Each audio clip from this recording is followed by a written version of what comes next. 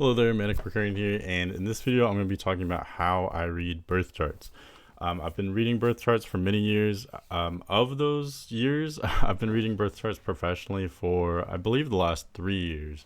So I believe I'm in a position where I can at least kind of share some helpful tips and tricks and things like that. And really, this video could be useful for you if you are interested in learning how to read birth charts. Could also be useful for you if you're interested in reading birth charts professionally as well, especially online, because that's the way I do it. I read charts online and videos just like the one you're watching.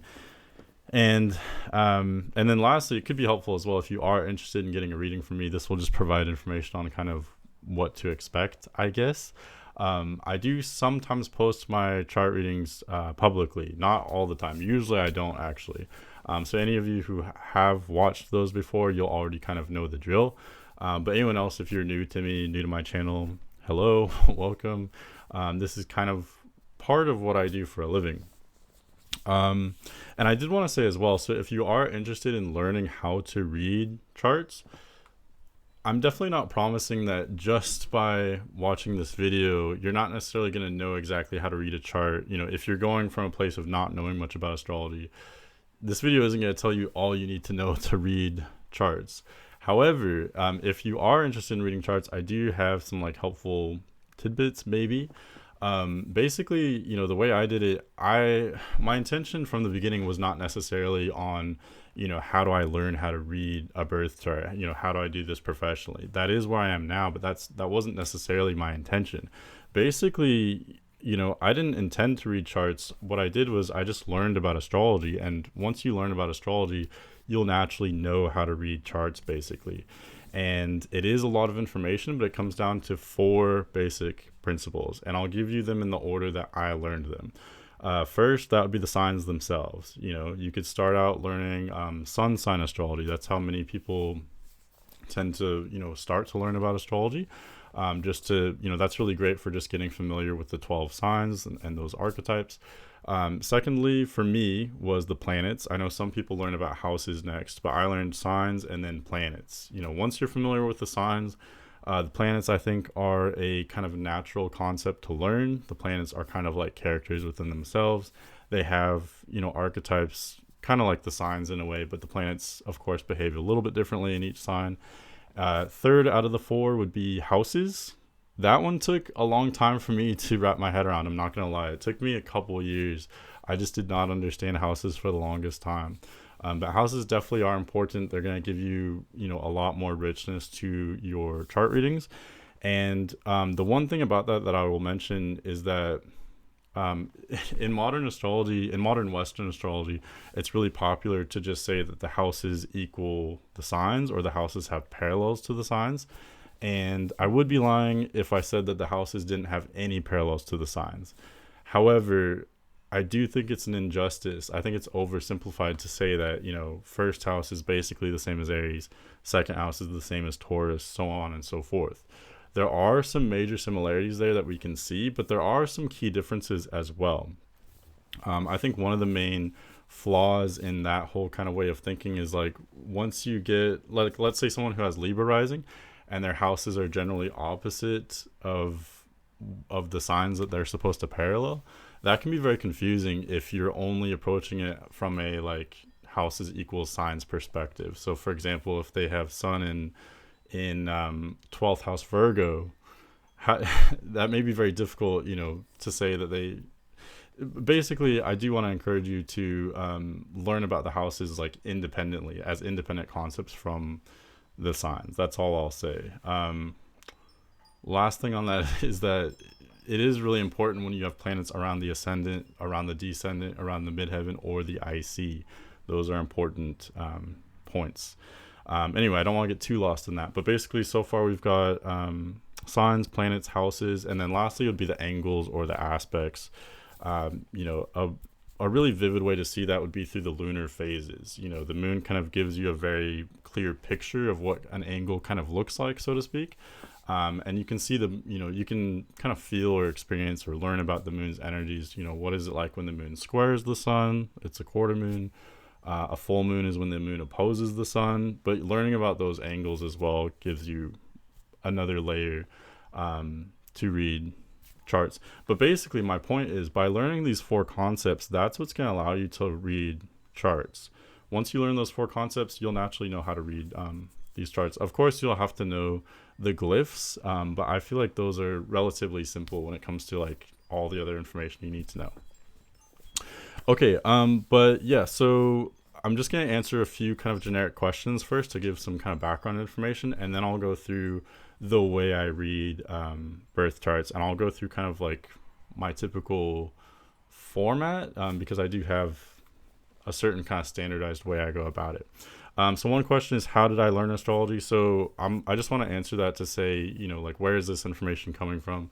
I don't have a familial astrological background. I learned independently. I'm self-taught. I didn't take any courses or anything like that. I'm not licensed. I don't have any like certificates or anything. I just learned from a combination of basically, learning online on YouTube and just online articles, things like that. And then, I would take that and just go out, into the field, so to speak, and apply it. Some things you read about, you'll relate to a lot and you can see very vividly.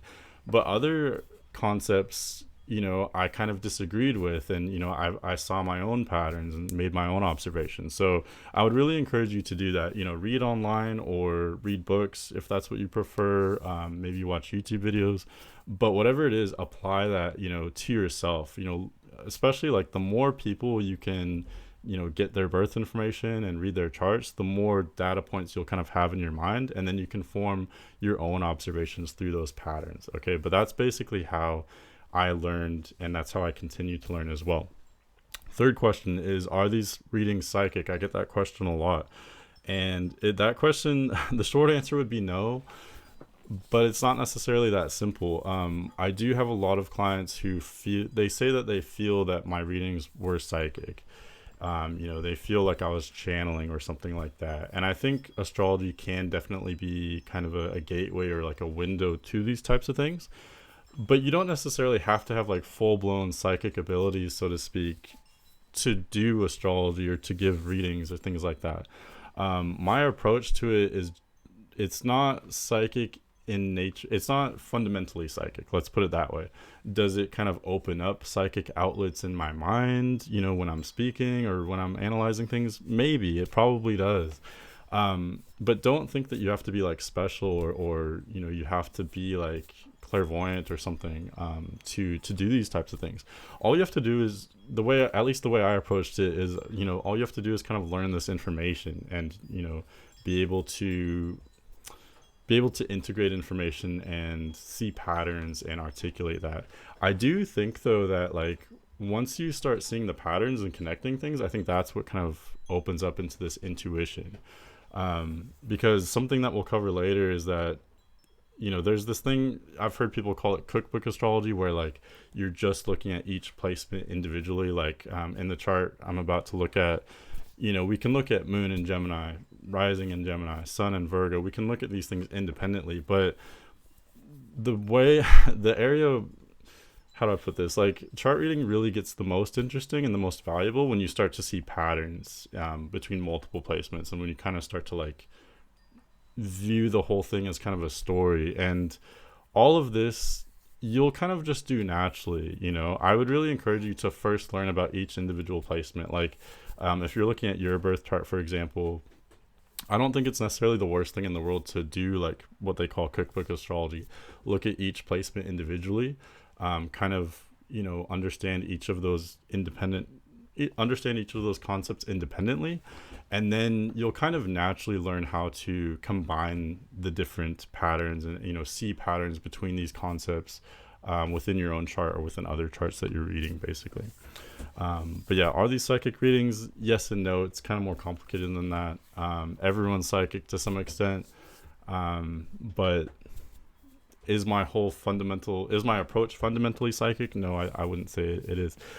Fourth thing I want to mention, I do use equal houses. I understand a lot of people use other houses like whole sign or Placidus. That's totally fine. I don't think that will affect you.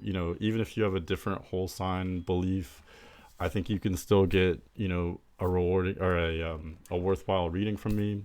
Or if you are learning from this video, I don't think it would really affects the information here.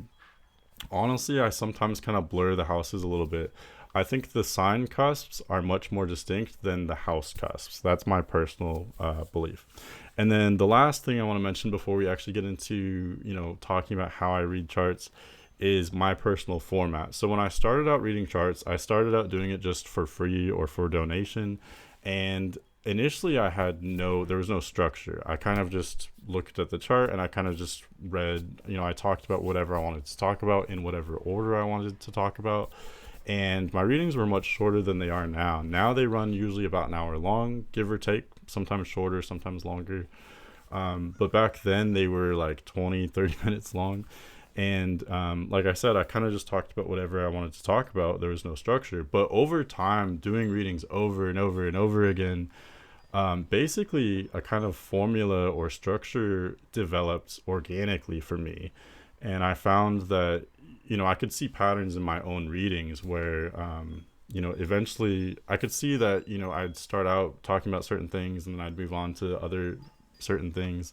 Most people always want to learn about work or money as well as like love and relationships. So, if you are doing readings, you probably want to include those two things in your readings.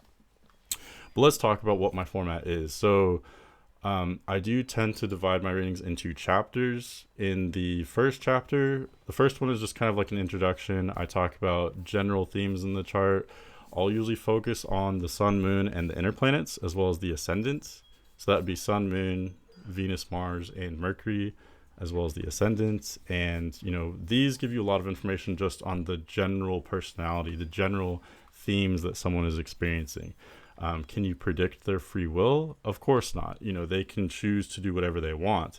However, looking at these major parts of the astrology or of their charts, you can see major themes that they're dealing with. You can see major archetypes. You can see the setup for strengths that they may have or challenges that they may have. And those are going to kind of push them into certain tendencies or, certain patterns. So that's basically kind of how I start out. Oftentimes we'll talk about this more once we get there, but I'll start out talking about, what's the first thing I see? What's the first thing I notice? What are some major patterns, as well as I'll go through kind of the inner planets, things like that. Next, I will talk about kind of a whole range of things. So in the second, depending on how I do it, it's either the second or third chapter. But in this, I'll talk about a lot of the heavy karma that someone's dealing with. We'll talk about their past lives a little bit. We talk about kind of the main challenges as well as areas of potential for them, because I do believe much of that comes from past life experience. And then from there, somewhere in the mix, we'll talk about the upbringing as well, too, what their childhood was like. Next, we'll talk about their career. Honestly, that's usually the shortest chapter in the reading. And I always say it's not that I'm necessarily trying to guess what career they're doing for work, or it's not like each of us has one career that we can do. Most of us have a range of different things we can do. Some of us have a narrower range than others, and I have correctly guessed people's occupations before. Sometimes I get a chart where it's very clear that, I believe the most recent one, I guess that she was a nurse, and her chart looked very clear that she was going to be in some kind of like caregiving role, helping those that can't help themselves, etc. But more often than not, we have a range. We can do different things for work. So usually my intention in this chapter is talking about basically just what are the person's needs for their work, what would they enjoy, what do they need at work, and also like what could they be good at. Major patterns that I notice is that many people are oriented toward independence. They might be a little bit rebellious, and they're going to be a lot more oriented toward leadership positions or being a business owner or something like that, doing something on their own. But a lot of people aren't that way. A lot of people feel more comfortable within a larger structure. They want that security. They don't mind kind of conforming to some extent. So those are just some major patterns that I've noticed. Those are just some examples of things that I would talk about in that kind of chapter. Okay, and then lastly, the last main chapter would be romance and relationships. This one tends to be a bit longer because I do focus the most heavily on 3 placements. Those would be Venus, Mars, and the descendant. And we'll talk more in detail about each of these chapters in just a minute. But Venus, my philosophy is Venus, Mars, and the descendant are the most important factors for attraction as well as long-term compatibility. Um, let's see, I'm trying to think of how much in detail I want to talk about that right now. I might just save it for later. You know, the last thing I'll say about that is I do, of course, consider Sun, Moon, and Mercury, since those have a lot to do with, you know, the main bulk of the personality, how the person acts, thinks, feels, etc. Ascendant is part of that too, but the ascendant descendant axis has everything to do with your individuality and then how it relates to the other person, and you know what your compatibility is like. So that's why I get more into, you know, descendant shows a lot about compatibility, and then Venus and Mars show a lot about attraction as well. So that's pretty much what I do in a nutshell, but let's go through each of those chapters I just described. You know, I'm going to walk you through kind of how I would go about a typical reading. I'm not going to actually go through an entire reading. That would take too long. If you are interested in that, you can go to my channel. I believe I have a playlist of personal chart readings, I think is what I called it. And you can see, you can watch like an actual sample chart reading. So if that's what you're interested in, you can do that there. But here, I'm mostly just going to be talking about like what I would be doing or how I would be doing it, rather than doing all the actual chart reading itself.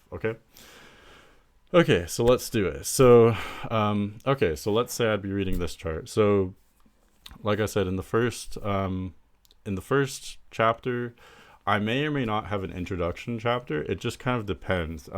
Sometimes when someone's emailing me, when a client is emailing me, they may have specific questions. They may bring up a specific reason why they are getting this chart reading. They may want me to focus more on, you know, their career or on their relationship, or maybe they have a completely different question. So if they do have unique questions, or maybe they have a question about astrology itself, like I just had someone who was asking about, you know, I said I use equal houses, and she was curious, okay, what's the difference between whole sign and equal?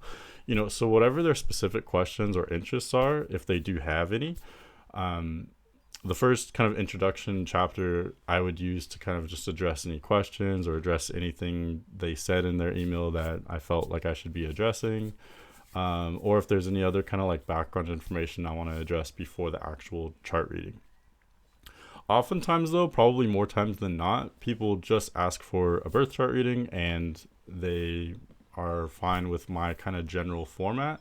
So oftentimes I won't even have an introduction chapter, but that's where I'd kind of answer those questions. Okay, secondly, so this is how I'd start most of my readings. So this would just be general information. So basically I'd start out by confirming their information. So I'd say, I'm manic.mercurian. This reading will be for Tuesday, September 7th, 1993 at 10:22 p.m. in Anchorage, Alaska. And I always start out by saying their first three. So you have Sun in Virgo, Moon in Gemini, Gemini rising. If you do want to read charts for many other people, whether it be for fun or for work, if it's for fun, I guess it doesn't really matter so much. But if it's for work, a lot of this stuff, you'll find your own natural rhythm with time. I would encourage you to do readings just for fun, maybe on your own or maybe with other people. And what you do may look very different than what I do. You may have your own system of astrology. Maybe you use a different layout, different website. Maybe you do Eastern astrology or some other kind of philosophy, some other kind of way of going about it. But I would just say to practice a lot, and you'll find your own kind of rhythm for it. Even just saying, you know, I'm manic.mercurian, whatever, all of that, you know, it doesn't start out just rolling off the tongue like that. It's something that you build over time. So if you feel awkward at first, I did too, don't worry about it. Just practice a lot.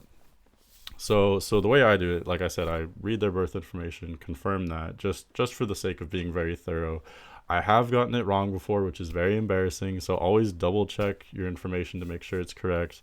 Make sure it's PM or AM, whatever. Because I have done the wrong thing where I did a whole chart reading when it was AM and it should have been PM or vice versa. And so that's embarrassing. It hasn't happened in a long time. But it's always good to just confirm the information. So yeah, I'd confirm the information and then say, this means that you have Sun in Virgo, Moon in Gemini with Gemini rising. And then, like I said, you know, from there, I either start talking about, you know, what does it mean to have Sun in Virgo with Moon in Gemini?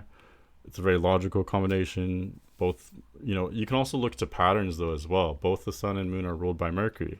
There's a lot going on in Gemini and Virgo, so we could talk about that. We could talk about, Mercury is extremely strong in this chart, and that's what I said. It's hard for me to not get ahead of myself already, but as soon as you open up the chart, you're looking for patterns. Do you have to talk about patterns right away? Not necessarily.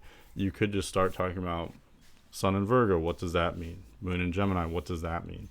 But pretty soon, at least for me, it's very natural to start combining these and seeing patterns, looking for patterns between them. I think that's much of what astrology is all about, just looking for patterns, right? Where are there themes that are recurring or popping up, simultaneously in different parts of the chart? So like I said, probably the first thing I would notice, the first major theme, is that this chart is probably more ruled by Mercury than any other chart I've ever seen. I think Mercury's extremely strong here. So that's where I would go to, what does Mercury rule in astrology? Mercury has everything to do with information, analyzing, communicating, integrating a lot of information. Mercury can also tend to make a person very busy. It affects the physical characteristics. Mercury can make a person very slim, and it can make them appear youthful. It can also make them appear tan or like darker complected, and I'm not exactly sure why. Maybe Mercury's close to the sun, that's why. I don't know. I don't want to get too deep into analysis here, but these are the types of things I'd be talking about in this first or second chapter in the general information or what have you. You can get a lot of information about kind of what a person's experience would be like, what their personalities could be like. Again, with such a focus on Gemini and Virgo, and therefore such a focus on Mercury, this person's going to be very obsessed with like learning and thinking, maybe tackling some advanced concepts. Moon in 12th house has its own kind of symbology and meaning. Like I said, I do use equal houses. The moon could be in a different house system. It could be in a different house if you have a different house system. But what I use, moon is in the 12th house. So that indicates that, yes, this person is very much focused on like learning information and being very logical and practical. They may be very book smart, but at the same time, with moon in the 12th house, they're very spiritual or interested in metaphysics. They may be very open to like things that are weird or unusual. Etc. But you can also see, another pattern is that there's a lot of earth and air. You can break it down by element. Most people have a dominant element or maybe two dominant elements. Maybe they have a lot of fire and water planets. In this case, there's a lot of air and earth. Do you think this person would be more earthy or more airy? To me, it looks like a lot of both. And therefore, because they have a lot of earth and air, they lack fire and water. So you can there's a lot there you could digest as well and articulate. Earth and air, at least my approach would be that earth and air are generally the more detached elements. Air especially is the least emotional. They do have emotions, but it's just that they have kind of a weird way of processing them or expressing them, right? So you could talk about that. And then there is a lot of earth energy. So this person is going to have a combination of yin and yang. They're constantly focused, part of them does want to be spontaneous and to learn and to explore. That's what Gemini is all about. That's what air signs are all about, wants to learn. But at the same time, with such a heavy earth focus, this person also wants stability as well. So they're kind of caught between like being very open toward adventure and exploration and taking on new ideas, meeting new people, but then they also want stability at the same time. So this person kind of needs a balance there. They may be a bit conflicted in that type of way. And like I said, you can continue elementally. They don't have a lot of fire or water. In fact, especially water. Pluto is the only water planet. Pluto is an outer planet, so it doesn't affect the individual personality as much. So that means this person really doesn't have a lot of water in their chart. So they may sometimes lack emotion, or they may come across kind of cold. It may be difficult for other people to connect with them emotionally because they may appear emotionless. And again, it's not necessarily that someone with a chart like this, it's not necessarily that they don't have emotion. It's just that they may not be comfortable with like really big, grandiose displays of affection or emotion. they may express their emotion in more subtle ways or more thought out ways. Because this person is probably extremely like self-aware and self-critical. They're constantly like analyzing what they're doing rather than just experiencing the emotion for what it is. um, Speaking of emotion, you could also look to aspects. I focus more on conjunctions than any aspect because I believe conjunctions are the most potent aspects by far. So for example, like the moon is pretty close to the ascendant. It is kind of a far orb for a conjunction. I do use a wide orb for the moon. And if you don't know what an orb is just like, I don't know how to define it exactly, but like for example, moon is at 4 degrees Gemini, rising is at 12 degrees Gemini. You could say moon is conjunct the rising with an orb of 8 degrees. So in other words, moon is 8 degrees away from that exact conjunction. So yes, that is pretty far for a conjunction, but again, me personally, I use a wider orb for the moon because the moon is so fast. And for most planets, I'd give an orb of like maybe 3, 4, 5 degrees for a conjunction. But you could go the other way as well. Like Pluto is so slow that I might use a tighter orb for that. Anyway, so with this chart, any planets that are around the ascendant or midheaven are going to be very important. Also, this chart doesn't have any planets in the first house, but whenever you see a chart with planets in the first house, those planets take on an increased role as well. They kind of dominate the entire personality. So for example, this chart isn't a good example, but if someone did have Neptune in the first house, their whole personality is going to be kind of Neptunian, even if they don't have like strong Neptune otherwise, even if they don't have any like Pisces planets, for example. Just having Neptune in the first house is enough that this person will be constantly changing. They may be very interested in like spirituality or metaphysics. They may be very elusive or deceptive, hard to understand, etc. Whatever planet is in the first house kind of dominates the entire chart. And to some extent, if a planet is around the ascendant, you could say the same thing. So in this case, moon is close to a conjunction with the ascendant. It is tucked away in the 12th house, but still, this means that moon is a powerful planet for this person. Even though there are no planets in Cancer, which is ruled by the moon, there's not even any other water planets other than Pluto. Still, just because moon is conjunct the ascendant, that means moon is very strong for this person. So it's kind of a contradiction. We're sort of setting up this chart in a way where this person does look like they're very detached. They may not always know how they feel, yet at the same time, because moon is conjunct the ascendant, they're constantly focused on how they feel. Maybe they're constantly focused on their own thoughts, etc. We can gather that from moon being conjunct the ascendant.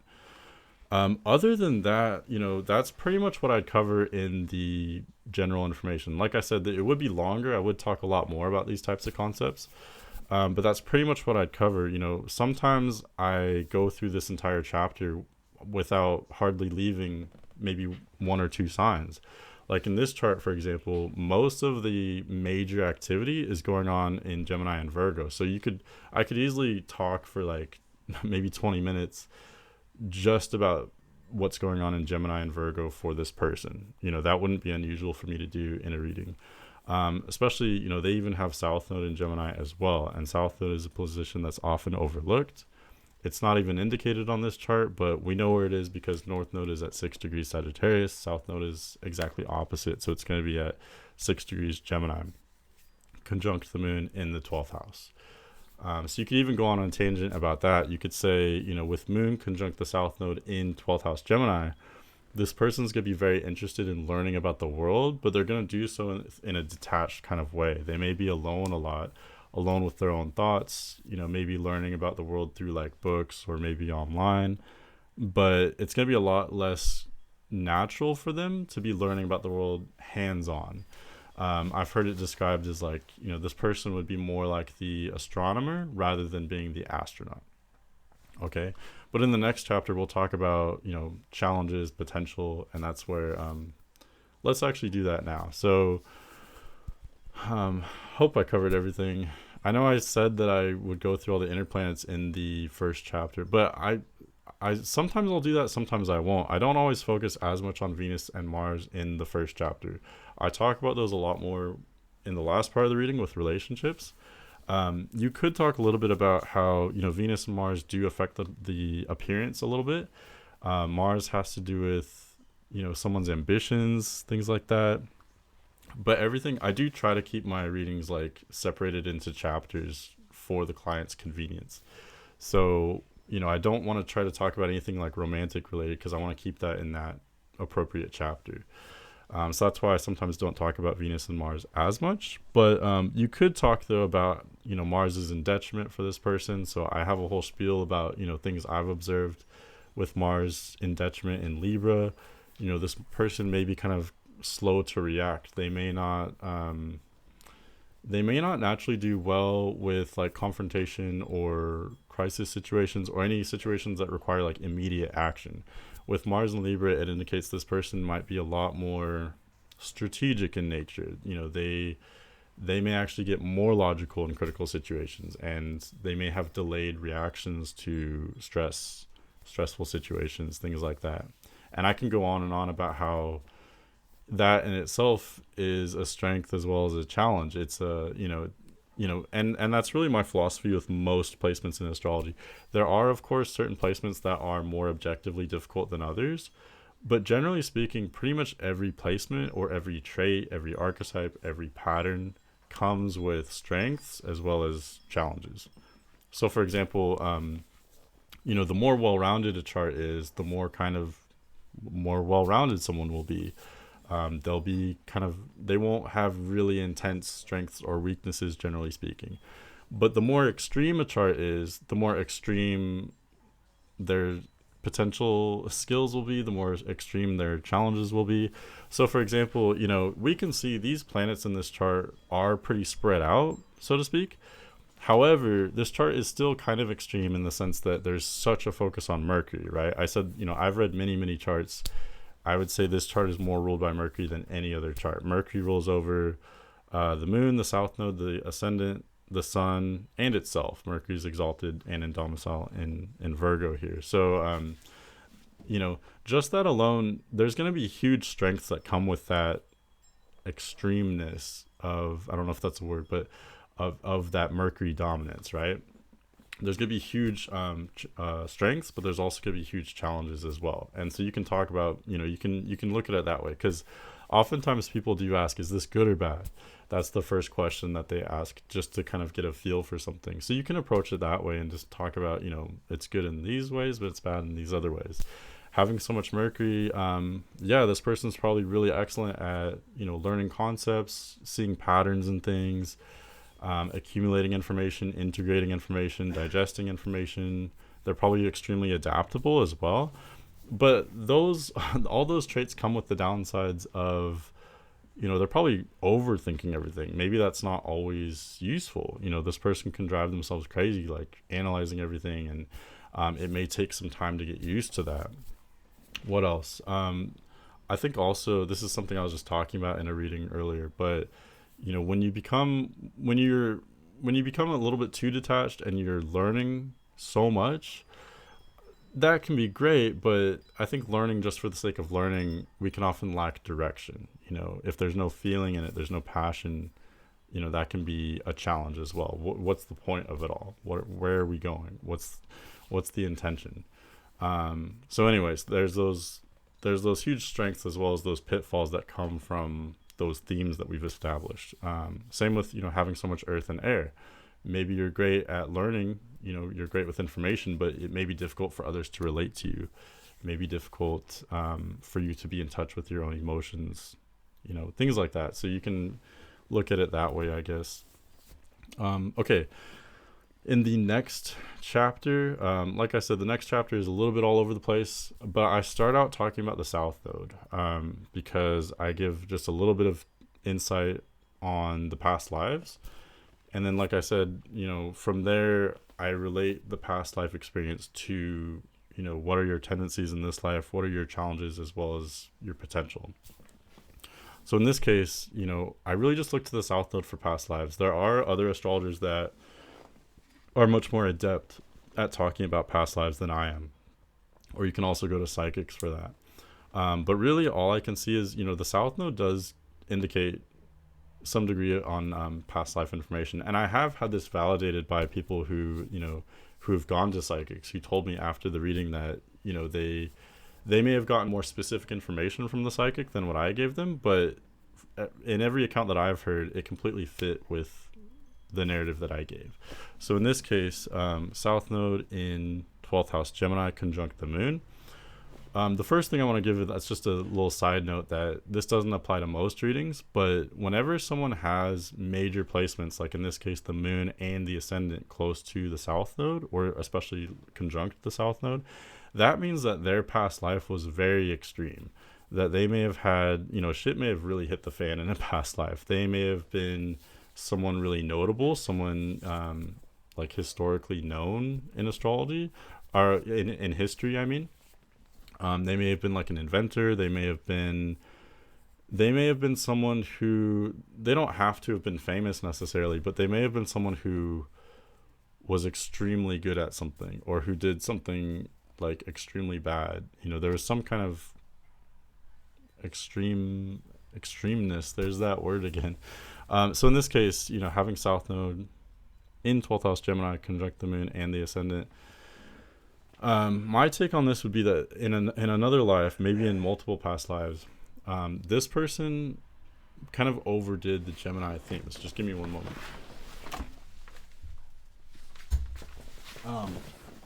Sorry about that. But so what are the themes of Gemini? Kind of go along with that. This is what they were experiencing in a past life, basically, specifically 12th house Gemini. So let's focus on Gemini first. So South Node in Gemini. This person may have taken on a Gemini type of role. So they may have been someone very intelligent. They may have been someone who was very experimental in nature. Maybe they were experimenting or, learning. But again, there's that theme of they may have been learning just for the sake of learning. They may have been overly attached to just, seeing everything as information. Or they may have been experimenting just for the sake of experimenting. Like, just because I can, I will type of thing.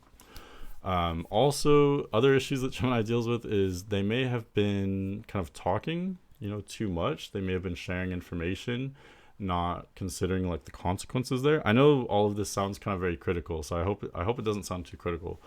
But in other words, they take on a Gemini type of role in a past life. Maybe they were someone who was very popular, knew very many different people, or was dealing with a lot of different information.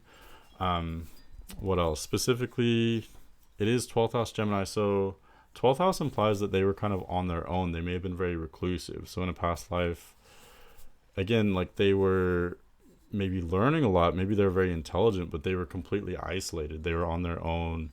Does that make sense? And, just in the sense, considering, again, having ascendant and moon so close to the South Node, especially the moon, they may have been very focused on their own feelings or their own thoughts, their own learning,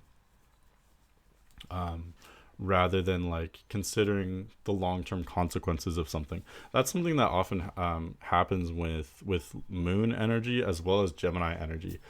Moon and Gemini are both more focused on the present.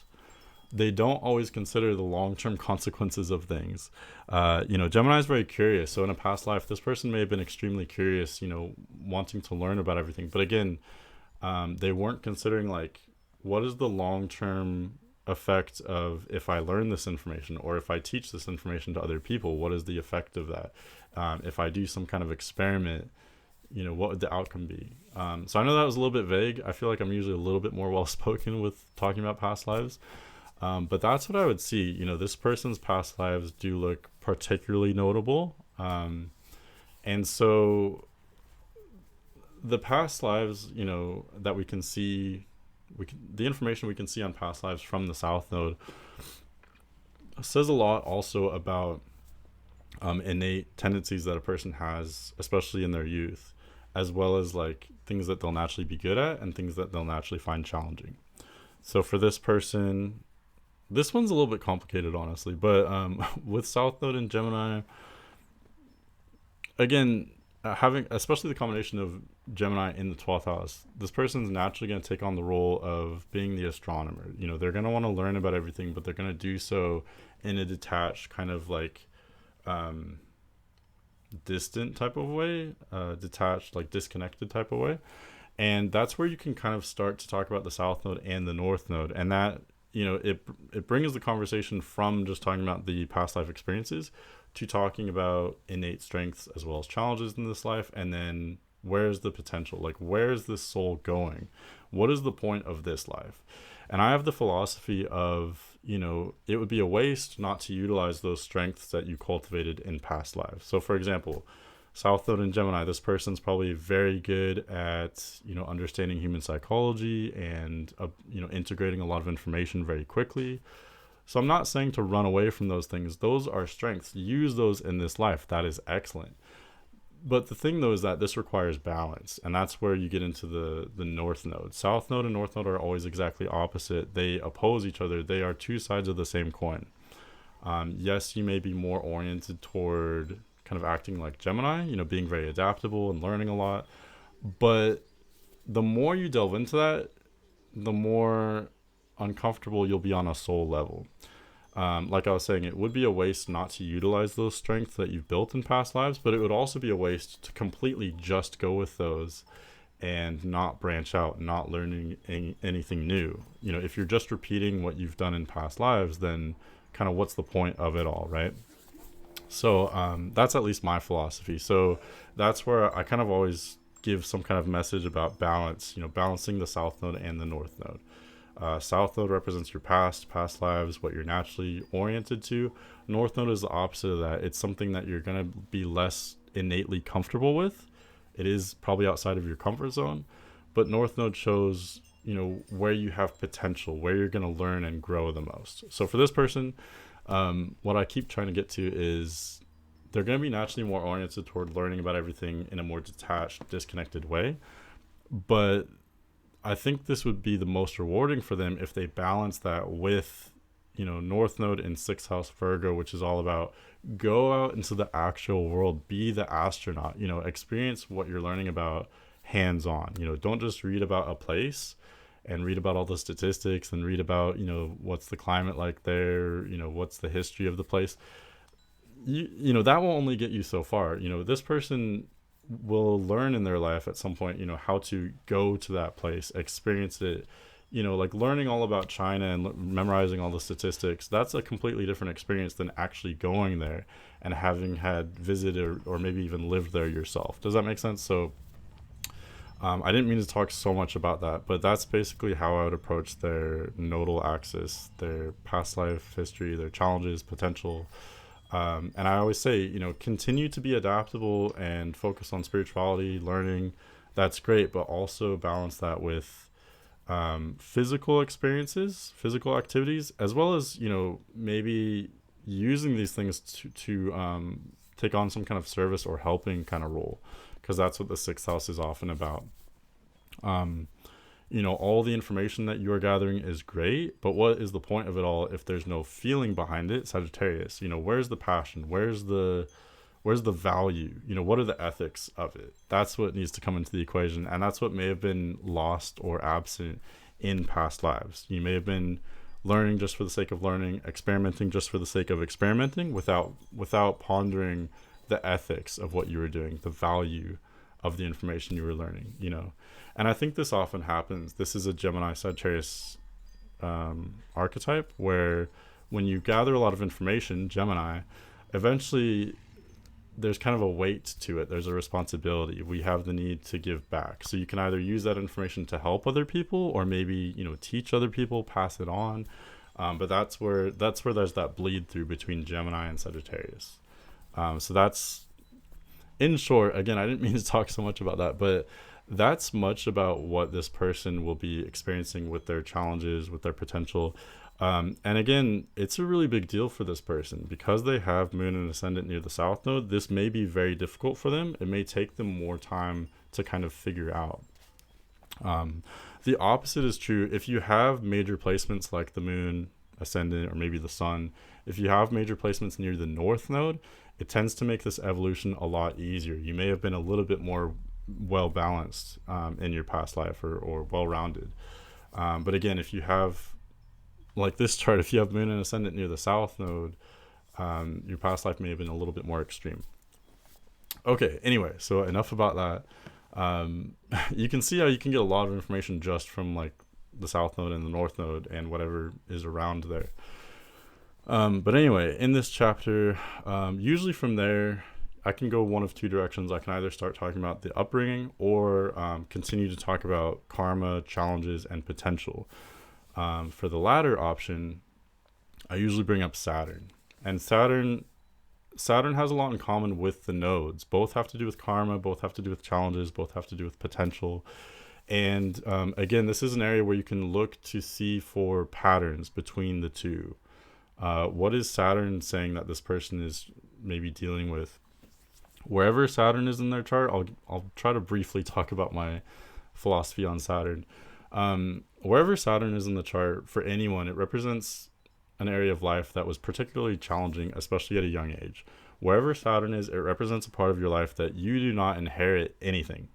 So in this case, Saturn's in Aquarius. Aquarius has to do with a lot of things. It has to do with how you fit in with the community, how you fit in with the group. Aquarius is a sign that has a lot to do with like social, it's very social in nature. How do you express your individuality, but also function as a part of a group, part of a tribe, part of a community? We all need to do this on some level. We may all struggle with this on some level, but especially for someone like this who has Saturn in Aquarius, their entire subgeneration is going to really struggle with this. And at an early age, they may not be comfortable with groups. They may not be comfortable with other people. But anyway, wherever Saturn is, it represents a part of life that you start out really challenged at. You're not good at it. You're not comfortable with it. You don't inherit anything. You're not naturally skilled there. You're not naturally blessed.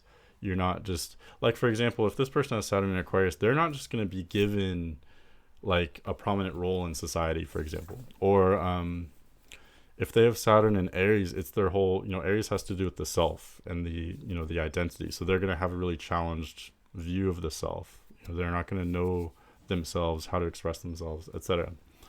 And etc. You can, each sign has to do with major themes, and wherever Saturn is, it's an opportunity to talk about those challenges as well as the potential for growth. A lot of this does sound kind of critical in nature because it is assessing someone's, challenges, and it's kind of picking apart, what have you struggled with? How could you be better at that? I do think most people would shy away from that kind of thinking. However, you have to keep in mind that I do think it's almost like a different kind of breed of people that are interested in astrology. What I find is that my clients are very interested, very open in talking about things that are, things that would typically be too deep, too dark to talk about, or things that may sound critical because they have to do with self-improvement. If you're doing professional readings, I would advise you don't shy away from these types of things, because if someone's interested in astrology, that means that they're interested in gaining self-awareness. They're interested in building their emotional well-being. They truly want to find happiness, or they truly want to find the truth. They're a truth seeker, a question seeker. They're asking questions. They're seeking the truth. They want to take a deep look at things that, so what I find is that these people really aren't afraid of, like I'm definitely not afraid to bring up, if I do see that there may have been a lot of trauma in their past, or maybe they had a really challenging upbringing. I'm definitely not shy of bringing those things up. Would I talk about those in like an everyday conversation? Probably not. And this may be different if you're doing on the setting. Like if you're doing readings as a party trick, obviously you probably want to keep it much more light. You know what I mean? So of course, just use your own discernment with the atmosphere, the environment, and the expectations of the client. But what I'm doing is mostly just online readings for clients who have asked for them online and found me online. So anyway, that was just a little tangent. But yeah, so Saturn is an area of challenges, and it's something that we typically get better at over time. We are challenged in that area, but we rise up to the challenge, and we can actually become a master in the area that Saturn is challenging us. In this chart, Saturn's going to be very important for them because they don't have any other placements around Saturn. There's no other Aquarius planets other than Saturn, but they do have a lot of air planets. So because of that, Saturn's going to take on a very strong role. So basically that would mean that this person may have a lot of social anxiety. They're not going to fit in. They're not going to be comfortable around people. They may especially not be comfortable in groups. They may be a little bit more comfortable in one-on-one situations because those are a little bit more private. And also Jupiter's in Libra, and Libra has to do with partnerships, and Jupiter makes things easier, makes things abundant. But with social situations in general, this person's not going to know they're not going to have that kind of identity. They're not going to know how to express themselves. Because there's a lot of mutable energy with Virgo and Gemini, and you can observe what I'm doing. I'm cross-referencing. I'm seeing patterns. I was talking about Saturn, but then that just reminded me of a theme that I've seen elsewhere too. So now I'm going on a tangent, which is okay. But Saturn in Aquarius establishes maybe difficulties socially, and then I went on a tangent of there's a lot of mutable energy, a lot of placements in Virgo and Gemini. So part of that, not knowing how to express themselves with other people, part of that could have to do with at a young age, they're just so open-minded. This person's complex. They have many different sides to themselves. It may be tempting for them to just kind of go along with whatever's expected from them at a young age, because they're probably good at, and I'm careful with how I phrase things because I don't know anything when I'm reading a chart. I'm just speculating. But their placements suggest to me that they would be very good at anticipating the expectations of other people and knowing how to fit in, knowing how to say the right thing to fit in. So they may be very tempted to do that, but then deep down, it looks like this person has a lot of deep thoughts and they're interested in like metaphysics and things that other people may not be. So although this person may, at a young age, they may be excellent at fitting in on a surface level, it may be much more difficult for them. They may kind of grow to resent the group. They may become very frustrated because they're not yet well versed in representing themselves authentically with the group. Does that make sense? So it can quickly get very complex. Astrology is based on simple patterns, but it gets complicated when you start to read a chart, and that's okay. I think you'll naturally kind of do that because that was a good example. Talking about the challenges of Saturn and Aquarius, and then seeing like how does that fit in with the rest of the chart. If let's say this person didn't have any air placements, it was a completely different chart, they still had Saturn and Aquarius, but there's no other air placements at all, then this whole theme about not fitting in with other people, not fitting in with society, it will still be there, but not nearly to the extent that it would be with this chart. Does that make sense? So that's just an example of like how each placement kind of fits in with the rest of the chart. Okay. All right, this is gonna be so long, I'm sorry, but okay, talking more about kind of my normal formula. So challenges, potential, upbringing. So like I said, I'd start talking about the south node, branch into the north node. Usually I'd go to Saturn there, and also how does Saturn fit with the nodal axis? In this case, both south node and Saturn are in air signs, and north node is in Sagittarius. So again, this definitely points to a lot of karma involving like information and social dynamics. This person, on the one hand, they're like very well versed with these types of things, but on the other hand, like there's this struggle there as well. But more specifically with north node in Sagittarius and Saturn in Aquarius, this points to this person becoming, they're coming from Gemini, if that makes sense, with their ascendant, south node, and moon there. That's kind of their base. That's where their history is. That's where their past is. They're coming from Gemini, but they're branching out in the direction of Saturn and Aquarius, if that makes sense, because that's where the north node and Saturn, Sagittarius and Aquarius, that's where the north node and Saturn are. So compare and contrast those. Sagittarius and Aquarius are a lot more, they're still intellectual, they're still philosophical, but they're much more like broad-minded than Gemini. They're much more holistic. They're much more aware of the far future. They're much more focused on like the entire world. How does everything fit in with the entire picture? Also, Sagittarius and Aquarius are much more focused on like representing themselves in society and having a prominent reputation, if that makes sense. Um, to contrast that, what this person is probably more used to is Gemini, which is just much more nearsighted in focus, if that makes sense. I'm just very curious. I'm just going to learn about whatever I'm learning about. I'm changing to my, I'm adapting to my immediate environment. There's a lot less like direction or foresight with Gemini. There's a lot of overthinking and analyzing everything, but it's much more short sighted, if that makes sense. So that's more what this person's used to, but they're evolving in the direction of becoming more broad minded, more focused on representing themselves with society, etc. And that's not entirely unusual. Generally speaking, like the way I just described it, a person is coming from the direction of their south node, and to some extent their ascendant as well, and their moon, really all three of those placements. In this chart, they are conveniently all in the same sign, but usually they will be spread out. But really all three of those placements in different ways represents kind of your foundation or your background to some extent, as well as the IC, which we'll talk about. And then the opposite of that, North Node and Saturn represent where are you going, where are you evolving, what are you learning in this lifetime.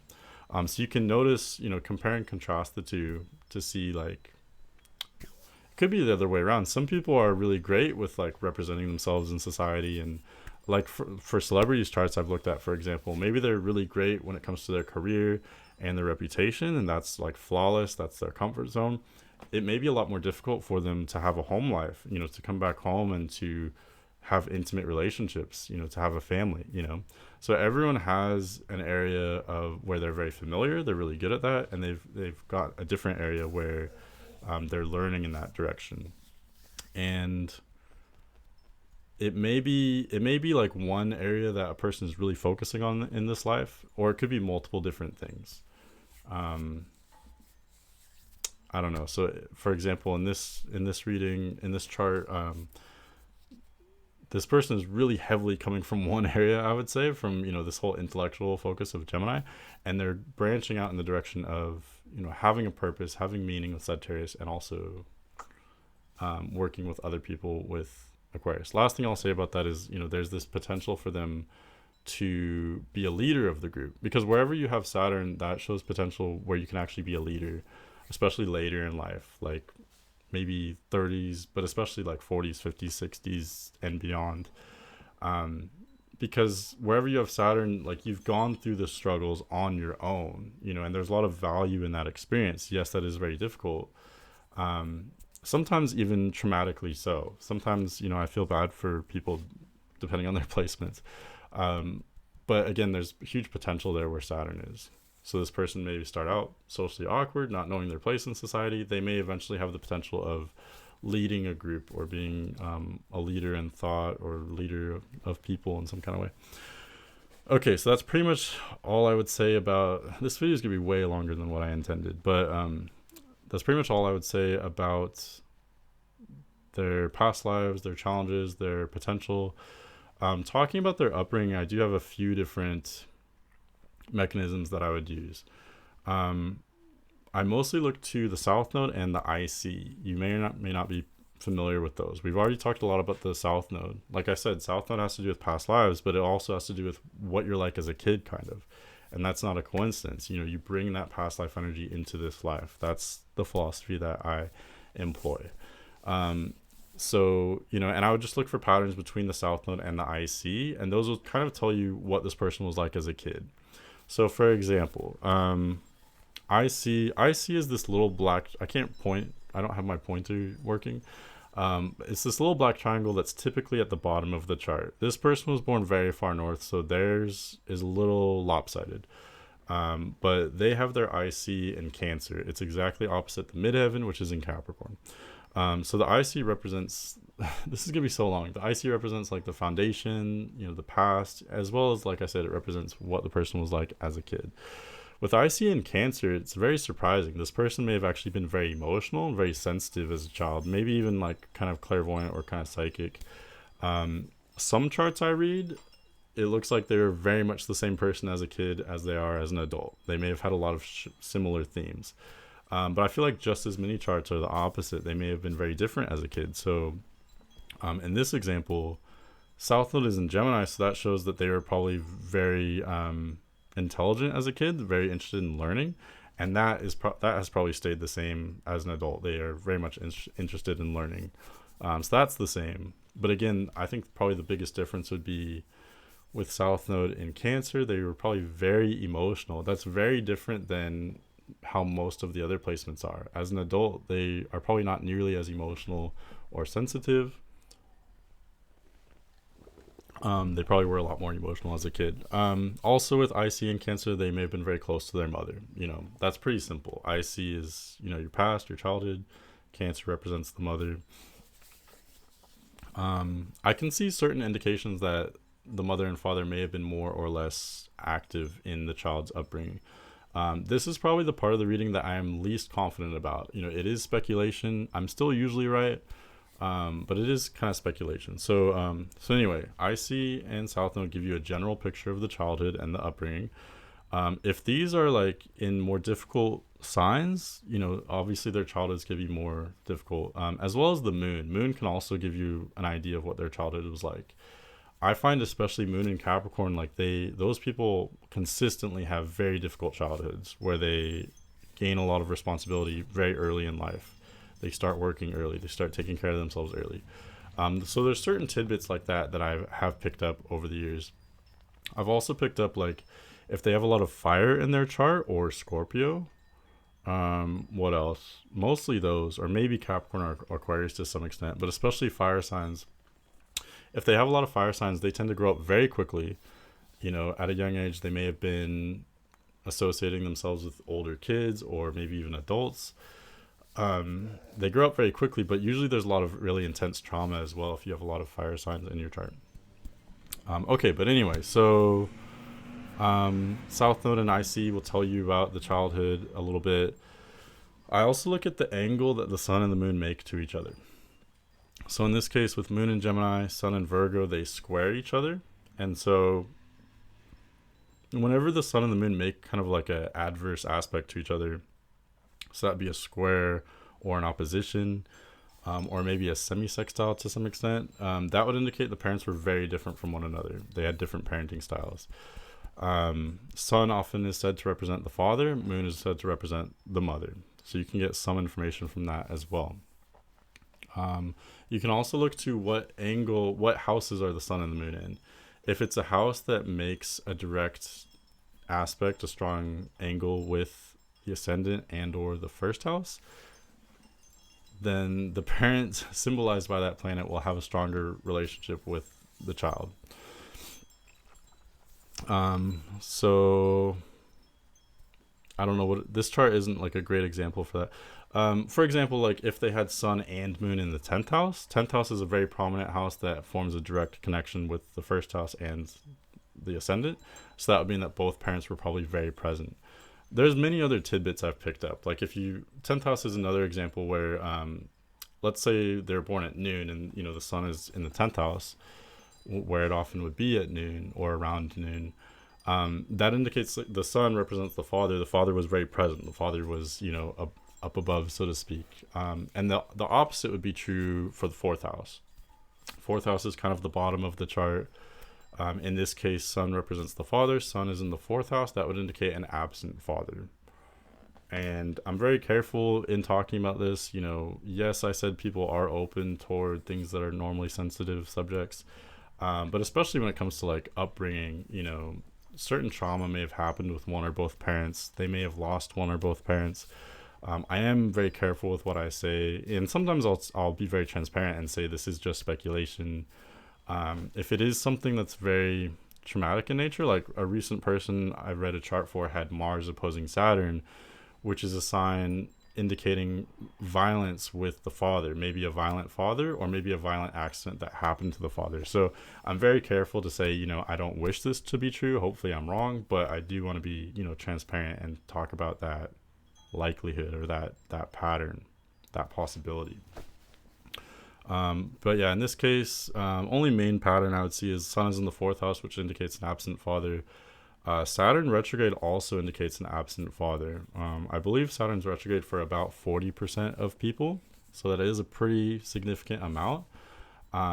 So that does indicate an absent father. It's not true 100% of the time, but that is a possibility. And that can look many different ways depending on the person. Maybe their father just worked a lot. Maybe they did actually lose their father. Their father died. Maybe he just wasn't in the picture. Maybe it could be a bunch of different things. It may or may not have been traumatic in nature. But these things, I kind of just throw out these probabilities. I think it can help just to confirm things for people, just to kind of make sense of different things. It is interesting Saturn is in the ninth house, which forms a strong aspect with the first house, but at the same time Saturn is retrograde. So sometimes you can get these like mixed signals where there may be kind of equal, there may be certain patterns indicating an absent father. Maybe there's also patterns indicating a present father in the same chart. Like, for example, maybe Saturn's retrograde, but it's conjunct the ascendant. That would simultaneously indicate a very present father, but also a very absent father. In that case, I'm just usually very honest and transparent, and I kind of just give it to them as I see it. And that kind of touches on a major theme here, which is, when you're reading a chart, you are basically translating. You're acting as a translator for the person. So, I don't dictate what the message is. I'm just relaying the message as best I see it. So if that were the case with Saturn retrograde conjunct the ascendant, I would just be very honest and say, you have these placements indicating an absent father, but also these placements indicating a present father. Both can be true. Maybe the father was very present for part of the upbringing, very absent for a different part. Maybe the father was gone a lot, but whenever he was around, he was very engaging and very active. You know what I mean? Like, so just kind of, I would say just present it as best you see it, and it may make more sense for the client than it does for you. I would say that's actually usually the case. Last kind of tidbit I would say that I've gathered is for this person with moon in the 12th house, placements in the 12th house can be interesting with the upbringing. Moon in the 12th house indicates psychic abilities that are inherited from the mother's side of the family. Sun in the 12th house indicates psychic abilities or tendencies that are inherited from the father's side of the family. What goes along with that, though, is there could also be like mental health issues inherited from that side of the family as well. Though I feel like those kind of go hand in hand with the psychic abilities, especially when we're regarding the 12th house. 12th house has to do with both of those. Okay, that's pretty much what I'd say in this like second or third chapter. I promise the next ones won't be as long and rambly, hopefully. At least the career one won't. Okay, so typically the third chapter, sometimes the fourth would be career. And again, this is all just how I approach it. This is how I do it. You can have your own, you can copy me if you want and do my same layout. I wouldn't be bothered by that. Or I'd also encourage you to develop your own, just practice a lot with your readings and find kind of your own rhythm and what you want to talk about and maybe, the order you want to talk about it. But next I talk about the career. So at this point, there's different ways I can go about this. I like to kind of just step back and summarize, what are some major traits that we've already observed, and I'm not going to do that now. I won't bore you. I'll do my best not to bore you. But, you can just go over, because that's very relevant with the career.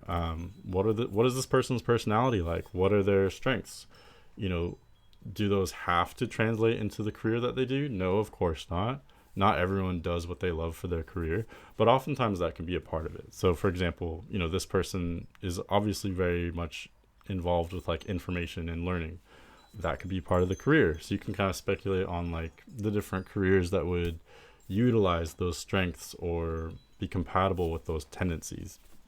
A few tidbits I'll say, Aries midheaven, this person doesn't have Aries midheaven, but I'm just saying if the midheaven was an Aries, that's a very clear sign to me that this person's not going to be comfortable working for someone else and just like, working for some huge company like McDonald's or Walmart or something. Aries midheaven shows like they're going to want to do something on their own. So that's going to be very relevant to, the career and the reputation. I do talk about the reputation as well as the career in this. I'll talk about general traits that are established in the rest of the chart, but the most specific point that will give you the most information on this, as you probably know, is the midheaven. Midheaven has to do with the career and the reputation, and it's usually at the top of the chart. Again, this person was born very far north, so their midheaven is like way over on the right side of the chart. But in this case, midheaven is in Capricorn. So basically, they're going to take the role of Capricorn in their career and reputation. When it comes to how they are online, or when it comes to how they are in public, they may seem like a Capricorn. So they may come across very serious, very orderly, very like traditional, very by the book, very structured, or even rigid. That could be, a pro or a con depending on the situation, of course. They may be great when it comes to like maybe taking on a leadership role because of that. It is very interesting though. You can kind of compare and contrast the midheaven to the rest of the chart. So in some cases, the midheaven is going to be very similar to the rest of the chart. And so the person will basically just be themselves with their career and reputation. They're going to be the same exact kind of personality. Other times they may take on a totally different persona with their career and reputation. This chart is kind of a mix of both. Midheaven in Capricorn is similar to, Capricorn is similar to Virgo. So when it comes to this person being like hardworking and practical, kind of modest or humble, what else? Those traits are pretty much consistent through the general personality as well as the career and reputation. But when it comes to the Gemini placements, Gemini rising, moon, south node, this person can also be very quirky, very spontaneous. They may like have a sense of humor, or they may be kind of like a weirdo. They may be, provocative, constantly changing, adapting. That whole part of the personality is not going to be apparent to someone who just knows this person at work, if that makes sense. Someone who only knows them professionally will see that Capricorn side of the personality. But again, you can kind of just go off of Capricorn traits to see what this person is like at work.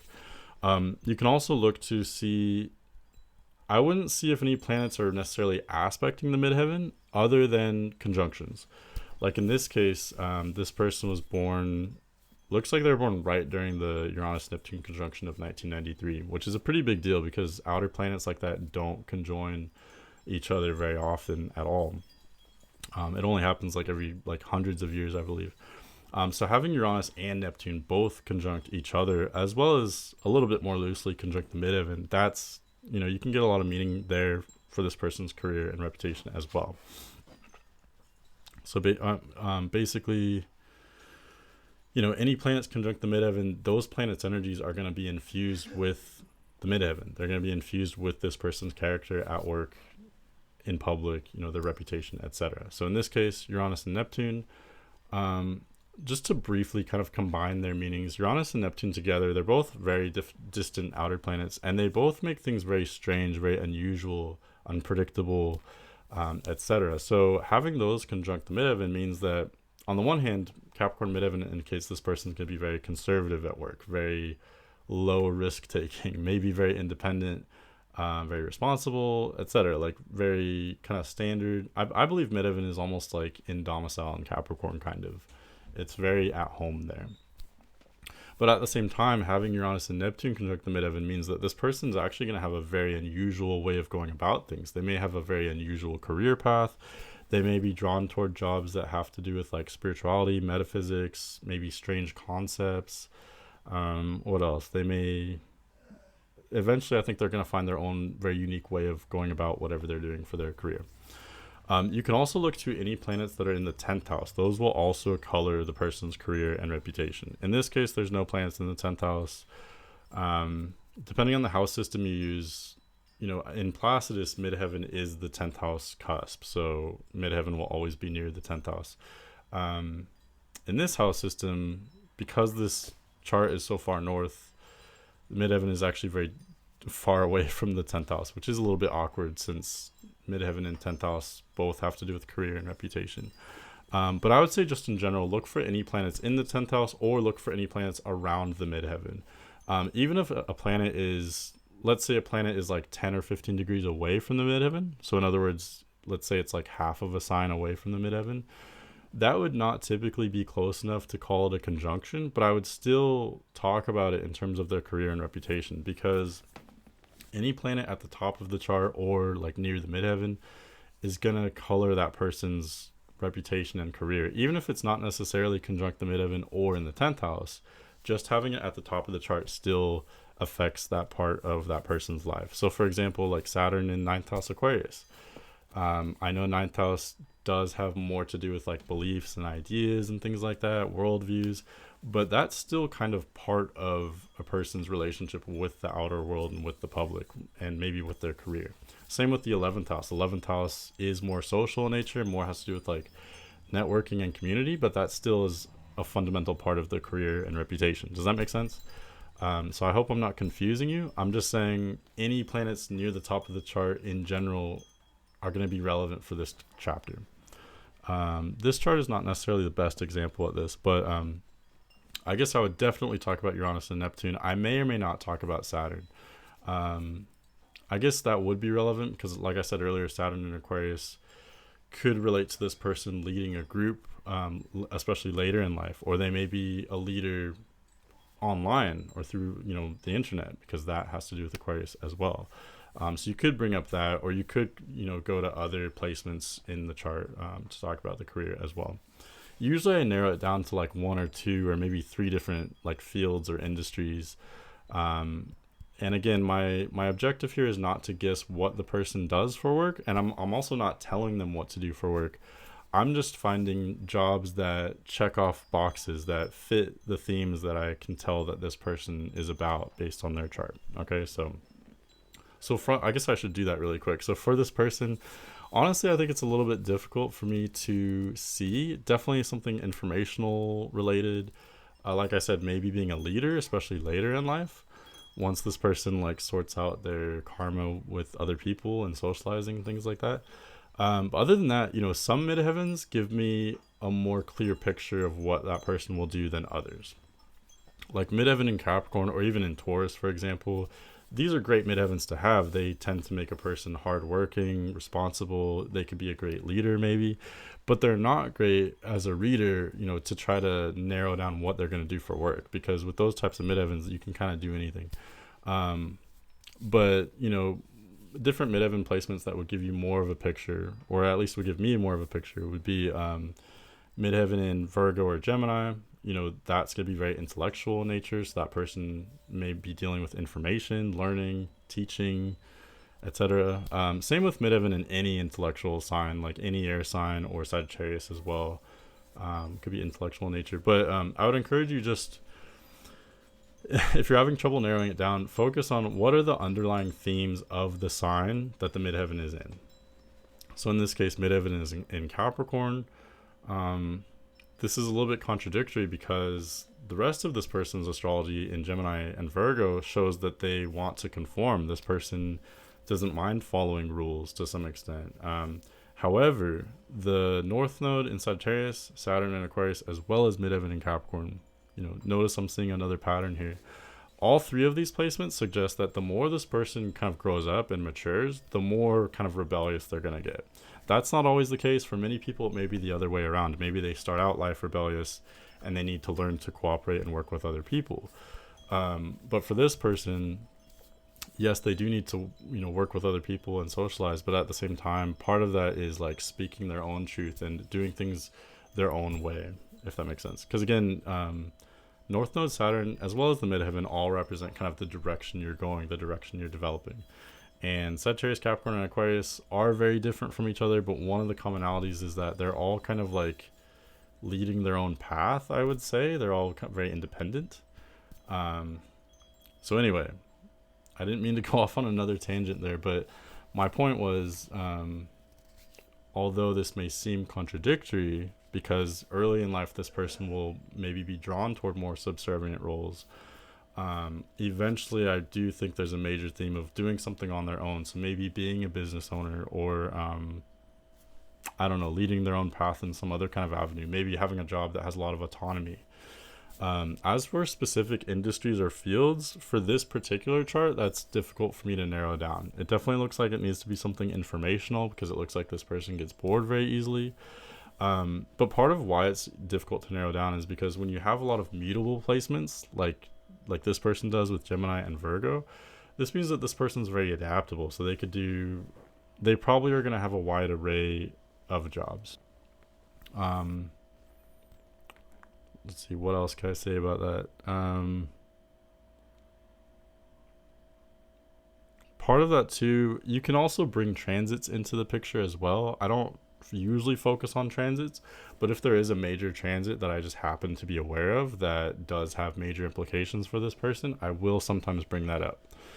So for example, I know that Neptune has been, wait, let me think about it. Yeah, Neptune's been transiting Pisces for many years. Much of this person's 10th house is in Pisces. So that means that, for much of this person's kind of upbringing, their formative years in their like teens and 20s, I believe, this person will be experiencing Neptune in the 10th house, which would indicate kind of a directionlessness with the career. So they may be trying many different things, trying different avenues that would also be supported by their Gemini and Virgo placements as well. They can kind of do anything. They're gathering a lot of like experience and knowledge through these different jobs, and eventually, we tend to desire consistency as we grow older. So again, midheaven and Capricorn, as well as Saturn and the North Node, they're all indicating that this person is coming from a place of constant change and stimulation and being bored and changing things just for the hell of it, moving to a place of like finding consistency, going farther down a certain path, if that makes sense. Okay, I don't want to ramble on too much about that. I know I didn't really narrow down exactly what that person would do, but sometimes I'll get a chart like that, where I'll be honest about, you have a wide range of things you could do. And I can at least give other information like I just did about this person's career and reputation and their whole career path. That's valuable too. You don't have to just say a certain job that they're going to be doing. But yeah, if anything, it would be something informational, something with information. Okay, next would be relationships. So, and this is getting so long. I hope someone's getting something out of this video. Okay, but I'm going to try to make this as simple as possible, and I'm going to try to avoid ranting and rambling. And in a way, it really is simple. So many people think that so much of your compatibility has to do with your sun and your moon sign. Like, I'll get comments on my sun moon sign videos saying, who am I compatible with? And for one, it's dependent on much more of your chart than that. But if I was going to make such a big prediction off of just a couple of placements, it wouldn't even be the sun and the moon, which is pretty crazy because the sun and the moon do have the most to do with your personality. You can see a lot about a person just from their sun and their moon signs. However, if for some reason I was only allowed to go off of 2 or 3 placements for compatibility, if it was 3 placements, I'd go off of Venus, Mars, and the descendant. That's pretty much how I always start off this chapter. I'm going to talk about your romance relationships, how I see the ideal relationship working out for you. And to do that, I'm mostly going to look at Venus, Mars, and the descendant. That's often how I'd start that chapter. If for some reason I was only allowed to look at 2 placements for compatibility, I would ditch Mars and just talk about Venus and the descendant. Okay, let me get some water. I've been talking very quickly for a very long time. But yeah, I really want to stress the importance of those placements, and I'll narrow it down even more. If I only had to go off of 1 placement to judge someone's compatibility, I would go off the descendant easily. For most chart readings, that's what I end up going with. Even after taking into account their entire chart, I usually go with the descendant sign. It's very rare that someone has a configuration where I don't view the descendant as the most important part of the compatibility. Okay, let me get some water actually. You can skip over this if you want. I don't want to edit this because it takes a long time.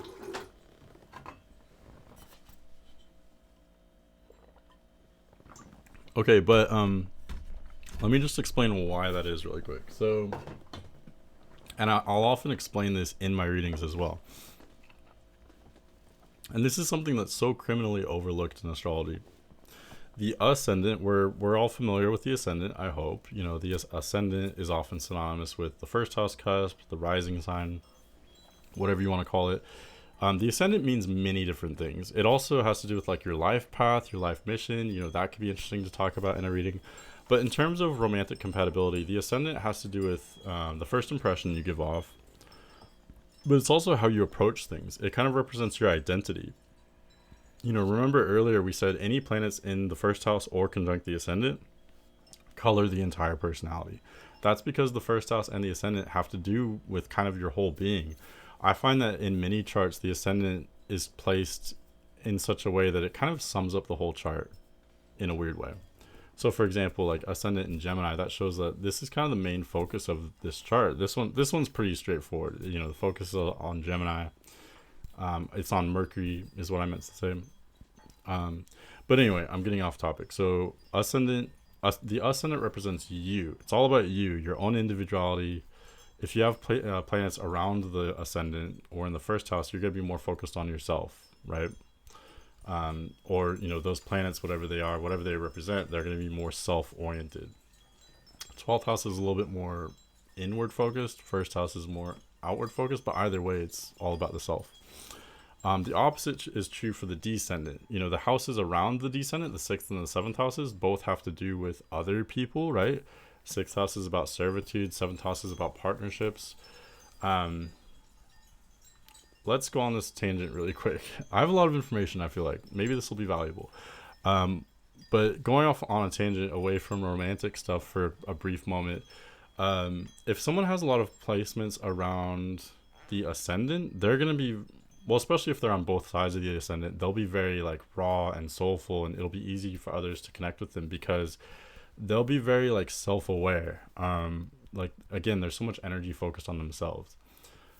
But on the other hand, if they have a lot of placements like sun and moon or other major placements in around the descendant, especially in the 7th house, then that person's gonna be very empathetic, very empathic, if you prefer, and you know they're gonna be very focused on other people.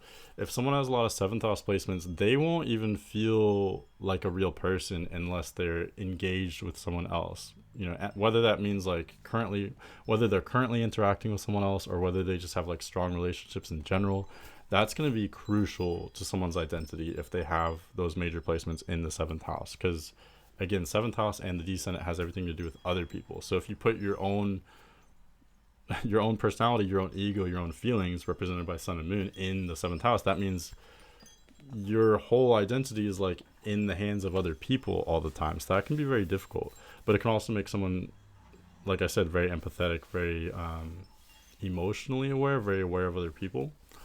It could also make them codependent though. Another area that, you know, looking at these different polarities of the chart can be interesting is in the childhood and the upbringing, which I know I already talked about that, but just one little tidbit is that, you know, for people who have a lot of placements around the 6th and the 7th houses, you know, or around the descendant, especially the sun and the moon, that typically indicates that their parents are disconnected from them. Like I said, sun represents father, moon represents mother. If you put those as far away from the ascendant as possible, you're basically putting the parents as far away from that person as possible. So you know, I often say like that person may not have been what the parents expected. The parents may not ever really understand that person, if that makes sense. So that's where you can get a lot of meaning in these other areas as well. But anyway, when it comes to, so I was talking about how the ascendant has to do with how that person is, how they approach things. The descendant is the opposite. The descendant in most house systems is the 7th house cusp. 7th house has to do with partnerships and, you know, relationships. Definitely romantic, but also any like partnerships or one-on-one interactions. So that's where the descendant is very important. It's often overlooked, but it's always exactly opposite the ascendant. And the descendant represents, for one, it just represents kind of the person you're going to attract in general, not just romantically, but like in general. So for example, having descendant in Sagittarius as well as North Node there too. Most people don't have North Node near the descendant, but this person does. But having descendant there as well as the North Node indicates this person probably attracts a lot of either people who have major Sagittarius placements or people who just resonate with Sagittarius-like themes, if that makes sense. So,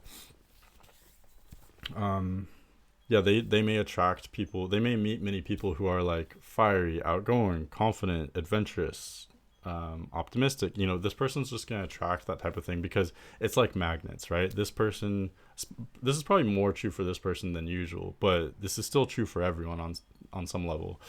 Whatever your ascendant is, that's what you are. So typically being around someone else who has a lot of the same energy as your ascendant not for everyone, but usually you're not going to really have a strong romantic connection with them because it's like two negative magnets. So, for example, this person has a lot of Gemini placements. If they're around someone else who has a lot in common with them, maybe someone else who has a lot of Gemini placements, or like Libra is very similar to Gemini, there's probably not going to be a strong romantic connection there because they have too much in common. Not in a way that really connects them, though. So, for example, if someone has a lot of Gemini placements or maybe Libra placements, in this case, the reason why it wouldn't work is because, at least romantically, is because Gemini and Libra, I'm kind of grouping these together because they have a lot in common, especially with the idea that I'm about to explain. But Gemini is, it's very go with the flow. You know, whenever you have a sign that like sees all sides to things, you know, it sees many different variables. Whenever you have that kind of mentality, it's great for like learning advanced concepts and obtaining a lot of information and seeing a lot of nuance. What it's not great for is being decisive, being action oriented. And this leads me to this whole separate idea, which I've found in astrology, which is the signs that are the most confident, that we think of as the most confident, like decisive, action oriented signs, like Aries, Leo, maybe even Capricorn to some extent. These signs all see things kind of in a simplistic way. And I think that's what allows them to be so confident. And on the flip side, signs like Libra, Gemini, Pisces, they're seeing all angles to things. They're seeing all sides. Or Virgo is another example. So seeing all sides to things, yeah, that's great, but it makes your whole thinking process more bureaucratic, so to speak. So it's gonna make you seem less confident because you're always thinking, you're always weighing things, weighing the pros and cons. Yes, it does make you adaptable, but it's at the cost of making you less decisive, less action oriented. So that was just a general concept, but in terms of romantic compatibility, that's very relevant because to me, the ascendant descendant axis, it kind of depicts how a person would go about the whole courtship process, so to speak. So whenever I see an air ascendant, like in this case Gemini ascendant, to me that indicates someone who is very easygoing. They would probably prefer the other person to initiate rather than have them initiate. You know, they have ascendant, they are Gemini, the other person is represented by Sagittarius in this case, where the descendant is. So compare and contrast Gemini and Sagittarius.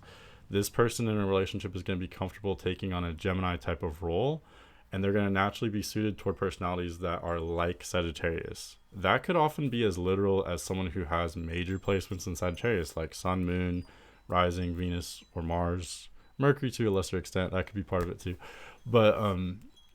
But it doesn't necessarily have to be that literal. It could just be someone with other astrological influences that end up looking something like Sagittarius. So the most common case, if it's not someone who literally has a lot of Sagittarius placements, it could be someone with other fire sign placements, because other fire signs will be similar. So basically, reading this chart, and we can look for patterns as well. Hopefully this isn't too confusing, but look for patterns with the placements that have to do with compatibility. So in this case, descendant is in Sagittarius, Venus is in Leo. Both are fire placements. Another placement that does indicate compatibility that I honestly don't usually talk about, but Lilith in this case is at 15 degrees Aries. Lilith does indicate kind of a sexual compatibility, among other things. It has to do with a lot of other things too, but in the realm of compatibility, I definitely notice it has to do with sexual compatibility. So for this person, having Venus in Leo, descendant in Sagittarius, and Lilith in Aries, all of these indicate that this person is attracted toward fire signs. And again, that could literally be like astrologically people who have placements in fire signs, or just people who are generally having those traits, being outgoing, adventurous, bold, confident, decisive, action oriented. Part of it is that this person kind of, they live in their head, they think a lot, they are more airy and earthy.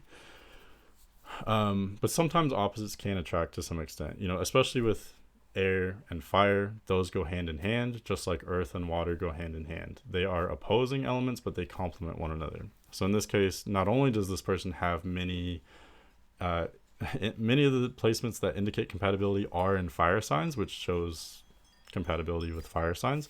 But also, that also works because this person has so many air placements. Moon in Gemini, South Node in Gemini, Ascendant in Gemini, Mars and Jupiter in Libra. Mars also shows compatibility. We'll talk about that in just a moment.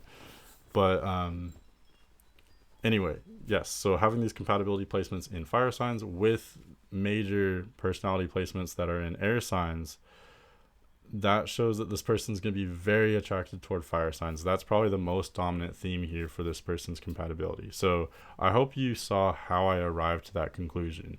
It was from a combination of looking at some of their general astrology, but more importantly, looking at those compatibility placements.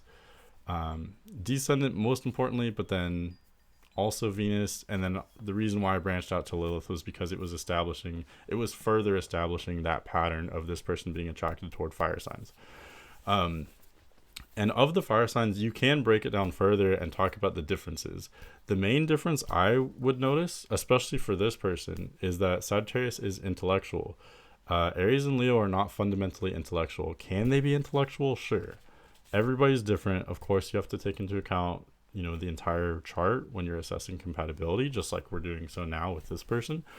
But generally speaking, Aries and Leo are they're a lot more simplistic, much more confident, much more traditionally fiery than Sagittarius. Sagittarius is mutable, and so it's a little bit more open-minded. It's more reflective. It's more focused on thinking and analyzing.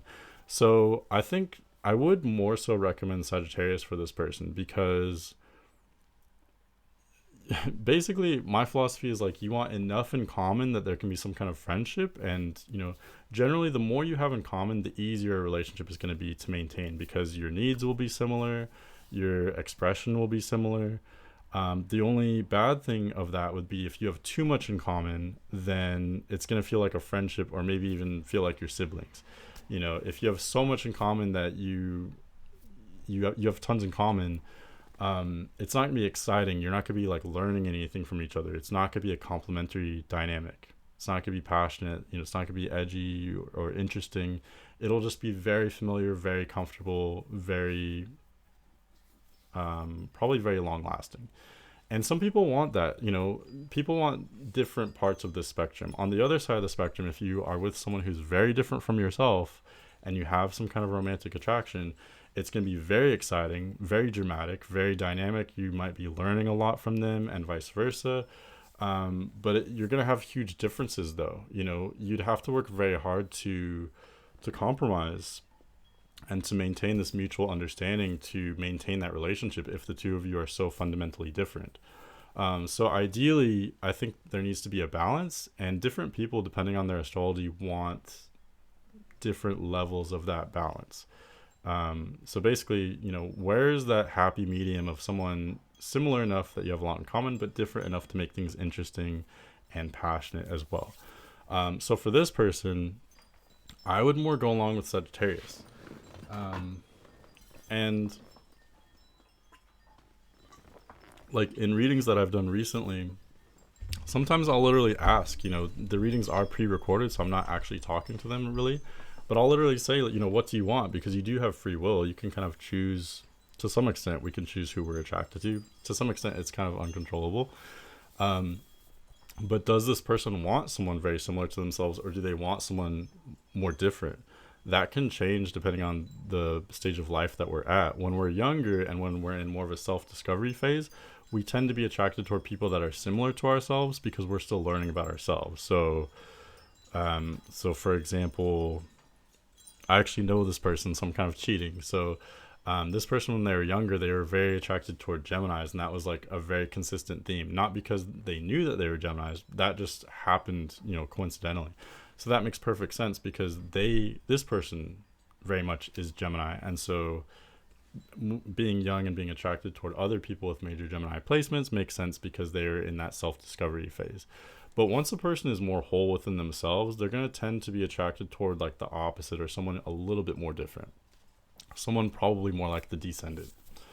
So anyway, depending on whether they want someone similar or different from themselves, I think Sagittarius would probably be that happy medium where Sagittarius is a fire sign, and opposites do attract. This person also lacks fire, generally speaking. And it's interesting because they have many placements, many compatibility placements are in fire signs, but other than that, not a whole lot going on in the fire sign. So opposites can attract. We tend to draw the element that we lack because it kind of balances us, right? So this person may be attracted toward fire signs. I lost track of what I was saying. I was saying how Sagittarius could be that happy medium of, they are fiery, they are bold, outgoing, confident, decisive. That's probably going to be very attractive to this person since they're attracted toward fire signs. At least that's what their chart suggests. But there is enough in common though as well. Sagittarius is mutable. This person has a lot of mutable placements in their astrology. Focus on elements, focus on modalities or modes. The same could be true. Let's say someone had a lot of fixed energy in their chart. Let's say they had, sun and moon in Taurus and Leo. They could actually be compatible with someone with like Aquarius placements, for example, because yes, those are harsh aspects that would form between those placements. However, combining people who have the same mode but different elements, I do think they clash, but in a way where you at least understand and respect each other typically. Okay, so for example, for this person, with all their Gemini and Virgo placements, if they're with someone who has a lot of Sagittarius placements, they may disagree and they're probably going to have different ways of going about things, different approaches to life. However, they'll still be able to have a conversation and kind of share the same language. They'll be able to understand each other, and they'll be able to kind of have that like mutual respect. So that's kind of what I'm looking for with compatibility when I'm assessing compatibility for people. I don't necessarily want someone you're going to agree with all the time. I want someone you can understand and respect, and vice versa. So anyway, so Sagittarius could be interesting. Yes, they'd be very different, but there's enough in common that I think they could, this person analyzes a lot. So if they're with someone who isn't very analytical, that's going to be very difficult. So for example, Leo or Aries, it might be just, yes, this person may be attracted toward them because they're still fire signs and therefore they have what this person lacks. However, most people with strong Leo or Aries placements are going to be too different from this person to kind of fit, if that makes sense. Whoever the Leo or Aries is would have to have a certain chart configuration to set them up toward desiring someone much more analytical than themselves, and then it would work with this person. But generally speaking, this person is going to have an easier time with Sagittarius since Sagittarius is naturally intellectual as well as fiery. Okay, I don't want to dwell on that too much, but basically that's how I see it. Of course, each chart reading is going to be a little bit different, but the underlying concepts are going to be the same. The person is their ascendant basically, and the opposite side of the magnet is the descendant. That's what this person is. 99% of the time, the descendant represents what that person is attracted to, as well as what they're compatible with in a long-term situation. It's always opposite the ascendant. If they're Cancer rising, they want Capricorn. If they're Scorpio rising, they want Taurus. If they're Aries rising, they want Libra. Maybe I can get some information on that. I've done a video on this before, but air risings tend to want people that are more outgoing than themselves because they have fire descendants. Okay, air signs can go any direction. They're kind of ambivalent. They are flexible to some extent. So they want someone else who's a little bit more decisive, more outgoing, more fiery. They want a fire sign. Fire signs want the opposite. Fire risings are very direct, very decisive. They've got that covered. They want to be attracted towards someone who's a little bit more easygoing, not so easily affected by everything. They want someone a little bit more intellectual in nature. And fire and air, again, they go hand in hand. Air signs get bored easily. Fire signs are very action-oriented. Fire signs can be offensive to some people, but air signs are detached enough that they don't get offended, etc.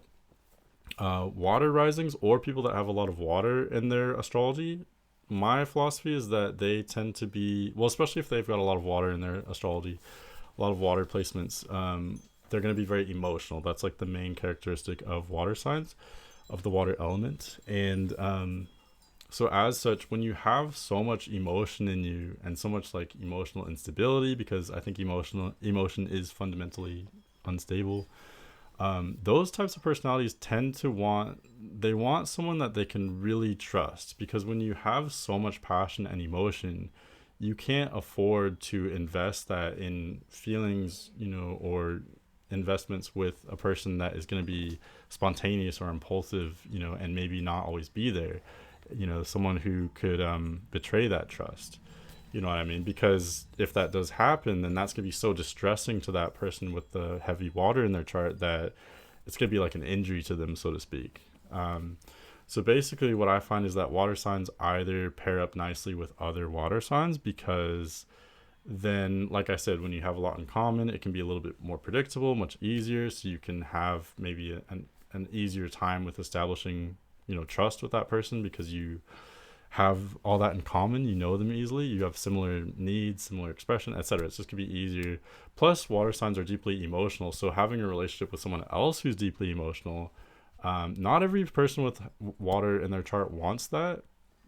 Again, you'd have to look toward those compatibility placements, descendant Venus and Mars, to see if that's the case. But generally speaking, water signs can often be attracted, be compatible with other water signs, or they're going to be attracted toward earth signs, because earth, like I said earlier, earth and water complement each other. Those can go hand in hand, because earth provides structure toward the water signs. Earth signs can be a little bit predictable, a little bit, slow to change. And honestly, water signs can be attracted to that because they know they can trust that person. They can count on that person, because the earth signs are the most reliable, the most responsible. So they provide what water signs generally typically want. But they're also complementary, because earth signs provide the structure, and water signs also provide what earth kind of lacks. Water signs tend to be very nurturing, and they want a kind of close relationship usually. So earth signs really soak that up. Earth signs are a little bit more independent, but they love that kind of nurturing, that softness from the water signs. Earth signs are a little bit more dry, but they do love that softness, that like wetness, so to speak, from the water signs. Okay. But generally speaking, water signs are going to want like a close relationship. They want that committedness. They want to be lovey-dovey, touchy-feely, a little bit sappy. Of course, these are generalizations, but that's generally what water signs want. So they're going to need someone else who also is comfortable with that. Earth signs are very independent, like I said. I guess I'm going off on a tangent now. But water risings tend to attract water risings, even if the rest of the chart doesn't have a lot of water placements. If they have water rising, they tend to be the more nurturing one in the relationship, as well as the more unpredictable one.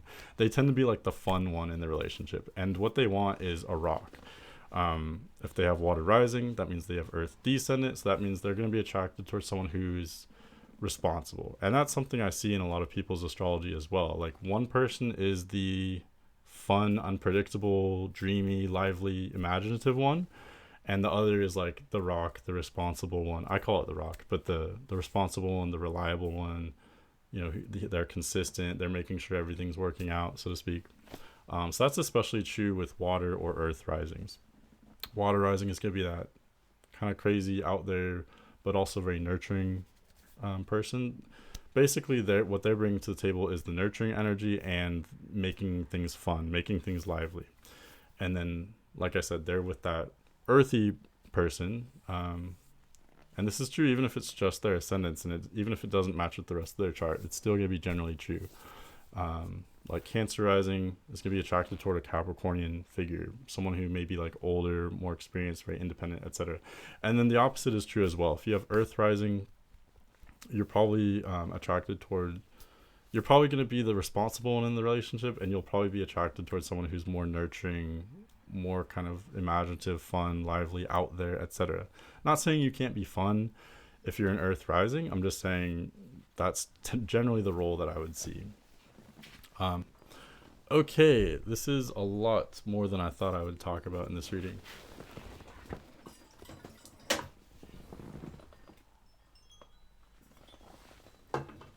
But yeah, I figured I would just give you all much of my knowledge, maybe not all of it, with chart readings. Okay, and So I got way off topic there. I was talking about the descendant, and we haven't gone in depth with Venus and Mars yet. So I talked a lot about the ascendant descendant axis. Again, I just want to stress, I know I talked about it a lot, but you can get a lot of information from the ascendant descendant axis, especially with compatibility. And that's why I refuse to speculate on people's compatibility if I don't have their birth time, because you need the birth time to know the ascendant, and you need the ascendant to know the descendant. Same with if someone comments on a sun moon video and they say, who am I compatible with? I'm not going to give you an answer because, like I said, I need the Venus and Mars, but especially the descendant. Those are, you can have sun and moon in any sign, and still, you know, sun and moon just says your general kind of traits and what you're all about. It doesn't necessarily say what you're attracted to. So again, like let's say this person's sun is in Virgo, moon is in Gemini. Let's say they were Pisces rising and the descendant was on Virgo. That would mean that they want someone who's a lot more similar to themselves. They want someone else who's earthy, practical, logical, maybe someone else who's analytical. It would be dramatically different than if they had this ascendant in Gemini with descendant in Sagittarius. Okay, but let me kind of wrap this up. So Venus would be my number 2 placement for compatibility. Venus and Mars are kind of similar to each other. They are like two sides of the same coin in a way. Both Venus and Mars have to do with attraction, desire, romance, compatibility. They go both ways. So they show not only what we want and what we're attracted to, but also kind of how we go about finding those. They also show how we ourselves are attractive too. The difference is Venus is kind of feminine, Mars is traditionally masculine. So at least in the context of compatibility, I do think Mars is slightly less important because Mars has more to do with sex, more to do with sexual attraction, sexual compatibility. Does that have to do with like the general compatibility of the whole relationship? Sure, but not to the extent that Venus does, in my opinion. Venus is a lot more important because it has to do with, again, not only who you're attracted to on a general level, but also how you approach romance and relationships, how you express romantic feelings. How you show, yeah, exactly that, how you show your romantic feelings, etc. So Venus, I would really say, is very important. In this chapter, I usually talk about Venus, Mars, and the descendant. Usually I'll start out with Mars because it's least important, and then go on to Venus, and then the descendant.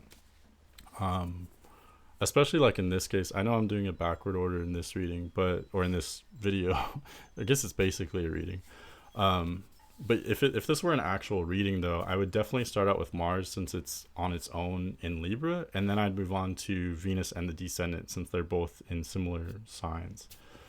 But anyway, so let's talk about Venus, though. So Venus, like I said, it's who you're attracted to, and this is kind of fun because it's very literal. It's very direct. This person has Venus in Leo. That shows a very clear connection that they're attracted toward fire signs, perhaps specifically Leo, maybe someone with Leo placements, Leo sun, moon, rising, Venus, Mars. I know this person, I know specifically that they can be attracted toward, especially people with like Venus or Mars in Leo. If you're with someone who has your same Venus sign, of course that's going to be really great because you'll both have the same kind of love language, so to speak. Or also, like I mentioned, if this person was with someone who had Mars in Leo, that would be really beautiful too. Whenever you get Mars and Venus together, it gets very, sexual, very romantic. It's a lot of fun. Putting both these planets that have to do with pleasure together, it's a lot of fun. It can be really engaging, and it could be part of compatibility as well. You don't necessarily have to have that. But I'm just saying, like this person could be with someone who has Mars and Leo, for example. Or just on a more general level, Venus and Leo shows that they're going to be attracted toward fire signs, or specifically Leo, or just someone who embodies those traits. So someone very fiery, outgoing, confident, decisive. It's kind of what I said with the descendant, because again, descendant in Sagittarius, Venus and Leo, it's building on a similar theme. Both these compatibility placements are in fire signs, so it's very clear this person's gonna be attracted. It would be hard for me to imagine this person being attracted to someone who doesn't have at least one or two of their inner planets in the fire signs, if that makes sense. Maybe South Node, maybe Lilith, etc. But that is like the fundamental part of this person's compatibility, because of the Venus and the descendant. But anyway, so Venus shows the way a person expresses themselves romantically. So for example, in this chart, this is a good example because Venus can sometimes be in signs that are very different than where the rest of the placements are. So like for this person, Venus is actually their only fire planet. And like we established, most of the rest of their astrology, the main parts are in Virgo and Gemini. So this person may behave very differently romantically compared to like how they do in other parts of life.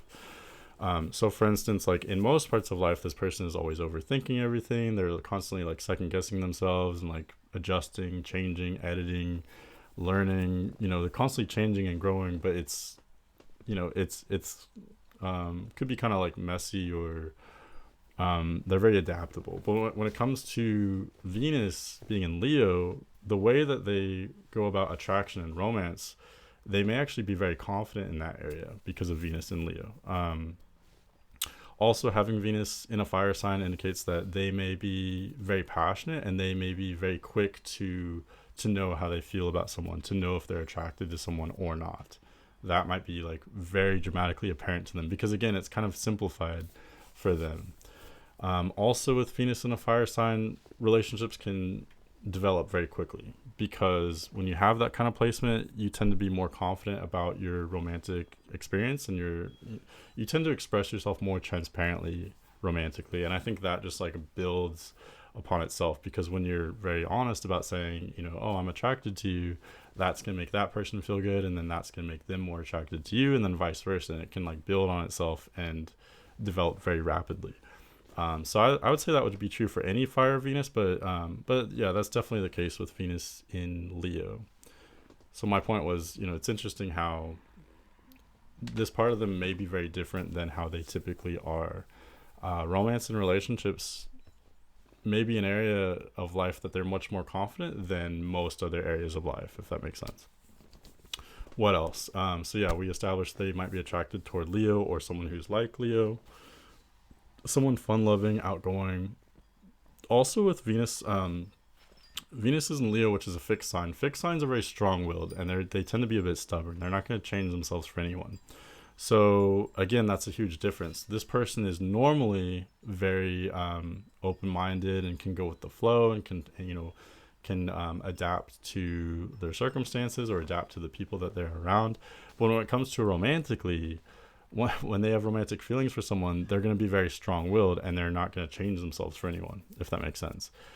So having that approach to romance and relationships indicates that not only is that how this person is, but that would probably best work with someone else who is that way as well. Maybe someone else who is typically like that, not just with, well, I guess either way.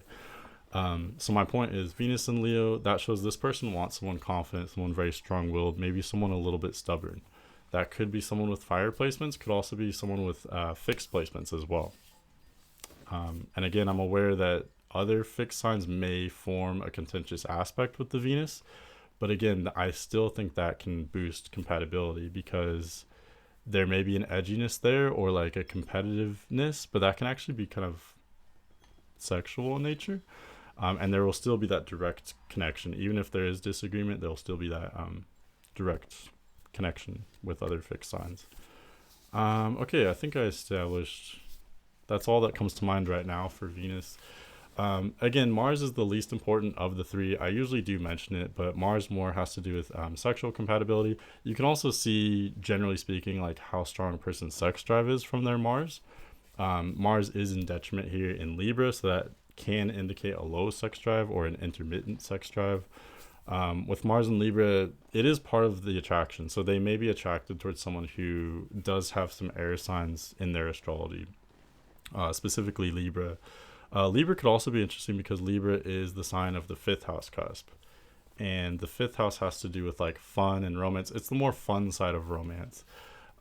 So in short, Libra could be a very fun sign for them. They'd also probably relate a lot with people who have strong Libra placements. The only thing I advise with Mars is a double-edged sword. Venus is a lot more simplistic because Venus makes things easier. There's hardly a downside with Venus. So in other words, like for this person to be with someone fiery would be very straightforward, as long as they're receptive to this person being airy and earthy and analytical, which are some differences. But as long as the fire sign person is receptive to that, it would be pretty much a no-brainer. However, I just forgot what I was saying. Oh, right. So with Venus, it's very simple. With Mars, it's more of a double-edged sword, where Mars can indicate sexual compatibility and sexual attraction, but being with someone who has placements around your Mars can also make the two of you more competitive, more aggressive, more irritable with each other. Um, what else? It can like destabilize the relationship because Mars is fundamentally unstable. So again, like the sign going with someone who has major placements around your Mars sign, it can be a really sexy good time, or it can be competitive and irritable. It kind of just depends on what else is in the chart, as well as like is someone open to that type of thing. But in general, again, a Libra is definitely on the chart for compatibility for this person. I do think they'd still need some fire in their chart, because Libra on its own is going to be too indecisive to go with the flow and kind of fickle. And then this person is that way too. So it's going to be like two negative magnets. They'll both be waiting for the other to initiate. So that could be very awkward, and there's going to be no momentum. But if someone does have major Libra placements, maybe with some fire placements in their astrology, then that could work with this person, because it would go along with Mars as well as these other indicators of compatibility. Okay, I think I'm gonna wrap this up because this is getting way too long. This is 2 hours long now. The last thing I wanted to mention that I missed earlier was that, like I was talking about earlier, I sometimes do mention transits, current or maybe past or future, transits that are going on that may affect the person. I will bring up, if I just happen to know about the transit and it's a major one that will affect them in a big way, I tend to want to give them a heads up. So for example, for this person, they just went through their Saturn return not too long ago. Currently, as I'm making this video, Saturn is in Pisces, and this person has Saturn at the end of Aquarius in their natal chart. So, I could go off, I'm not going to do this now, but I could go off on a tangent about, what is the Saturn return, where are you at now, and what may have you just experienced kind of coming out of your late 20s, etc. Okay, so this was super long. Kudos to you if you stuck around for the entire video, but my intention was to give you some tips, tricks, something to help you wherever you're at in your astrological journey. Hopefully I give you something that kind of helps. But definitely let me know any of your feedback. Let me know if this helped you. Let me know if I said anything that you really agree with or disagree with. I would love to hear about it in the comments. Thanks for watching, and I'll see you.